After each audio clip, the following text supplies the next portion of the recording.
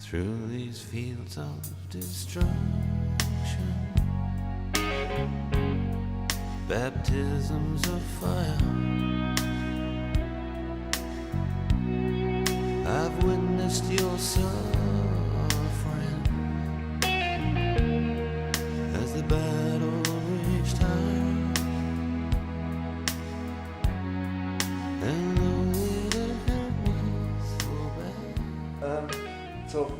Yeah, first of all, thanks for the discussion. It's always, as I said, it's always great to talk to you.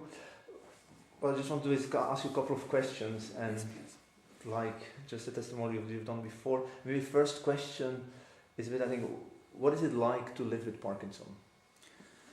It is a challenge. It is a challenge, and it is an increasing challenge.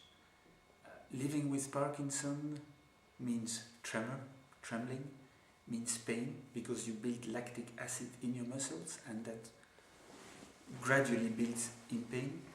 Means dependence to medicine, dependence to artificial dopamine, without which the body doesn't function properly. And so it's a continuous challenge, but the challenge is increasing. Months after months after months, it goes down. And the baseline, without any medication, goes down. And that's the toughest in the disease. If I compare that to a broken leg or even losing a leg, it's a one step. And then your life stabilizes with the step change. Parkinson is not a one step. It's a gradual degeneration.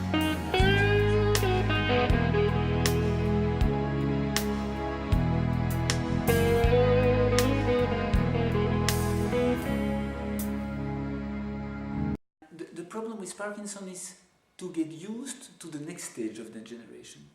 Abandoning skiing is easy.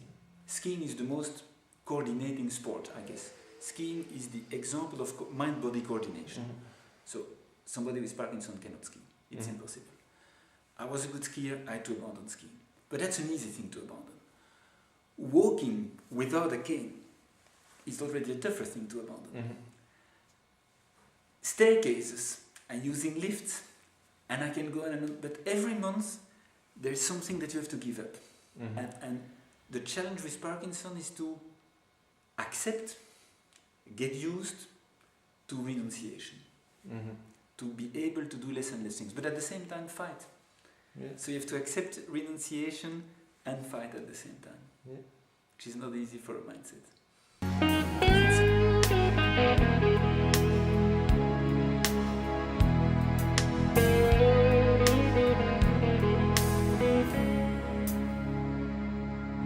Doing what we can, and I'm probably still in the early to mid stages of Parkinson's disease. I'm at my 6th or 7th year with Parkinson, maybe more because you don't know when it started exactly, probably 7 years with Parkinson. So I'm still in a situation where I can control my life with the existing medication and the existing means. I don't know if that will still be the case in 4 or 5 years.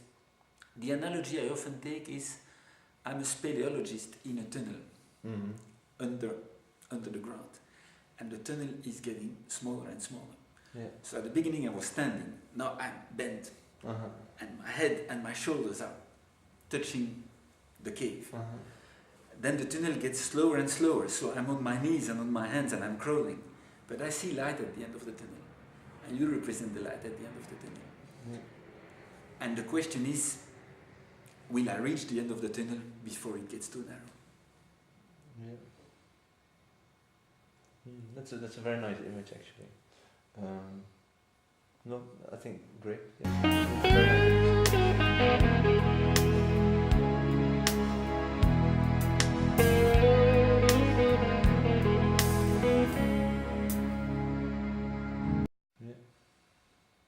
It's also nice how we always talk in images. Like another image that I also really liked was the soubri.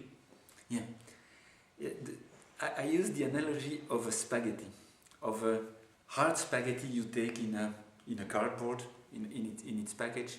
That's how I feel when I wake up in the morning. I wake up in my bed completely stiff, like a stiff spaghetti, and then I have my dopamine, which I don't have to forget the night before to put on my night table, with my right hand, which is still functioning well, because I'm more unilateral Parkinsonian. I grab my dopamine, put it under my tongue, let it act, and within 25-30 minutes I feel the spaghetti effect in warm water becoming subtle, becoming malleable. I feel life getting into my body, and I feel from a stiff spaghetti to a completely super spaghetti. Yeah. And then the day starts. No, that's.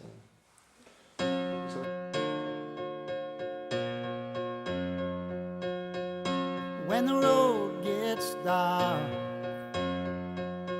and you can no longer see, just let my love throw a spark and have a little faith in me.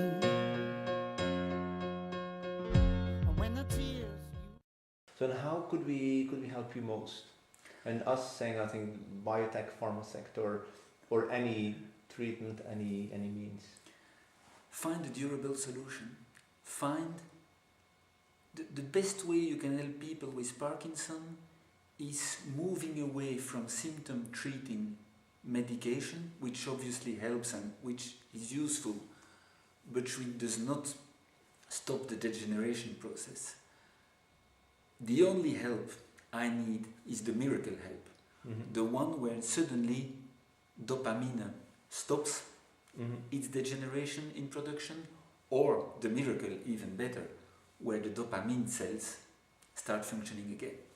And where instead of still having 30% of my dopamine production, I'm back at 70-75% of my dopamine capability generation. have a little faith in me, well, have a little faith in me.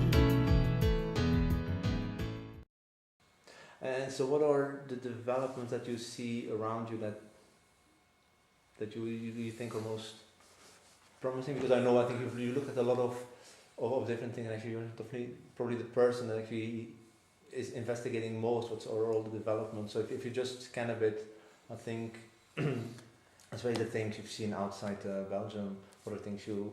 There are actually Europe, and I would include Israel and Tel Aviv, but Europe, in Leuven, in Grenoble, in Manchester, in Lund, Sweden, in Tel Aviv, you have many promising places with research that go from the work you do with ReMynd with compounds, and by changing the approach of finding a cure, that continues with stem cells, and in Leuven as well we have Catherine Verfaillie, one of the world summities in stem cell research, which is a complementary promising solution.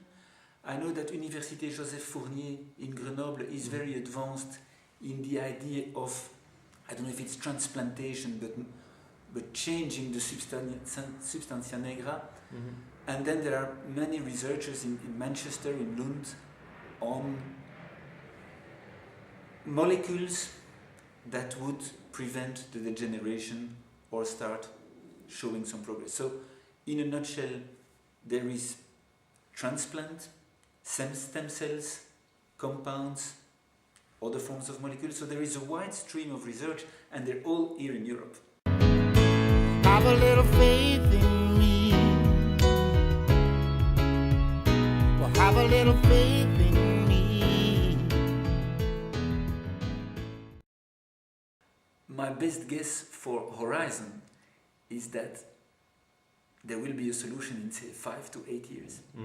From whatever of the 3 or 4 work streams I described, I hope a solution to be there within 5 to 8 years, which would just make it for me, and then help me for the third part of my life, back in good health again. Yeah. Have a little faith in me, well, have a little faith in me. I think a lot of what you talked is indeed, I think there are a lot of things in development, but as you said, I think that hopefully will be something in 5 to 8 years. Or are there certain things we could be doing now? That in general, that the community could be doing better, that hospitals could be doing better, that doctors could be doing better? Frankly, I don't know. I guess that as long as we do not have the fundamental solution of either stability or recuperation, we're doing everything we can in terms of treating the symptoms, in terms of assisting the families, so caretaking, and in terms of making life easy with tools, with wheelchairs when needed, with access in public spaces and so on. But frankly, I would concentrate all the efforts on finding the solution more than on making life easy.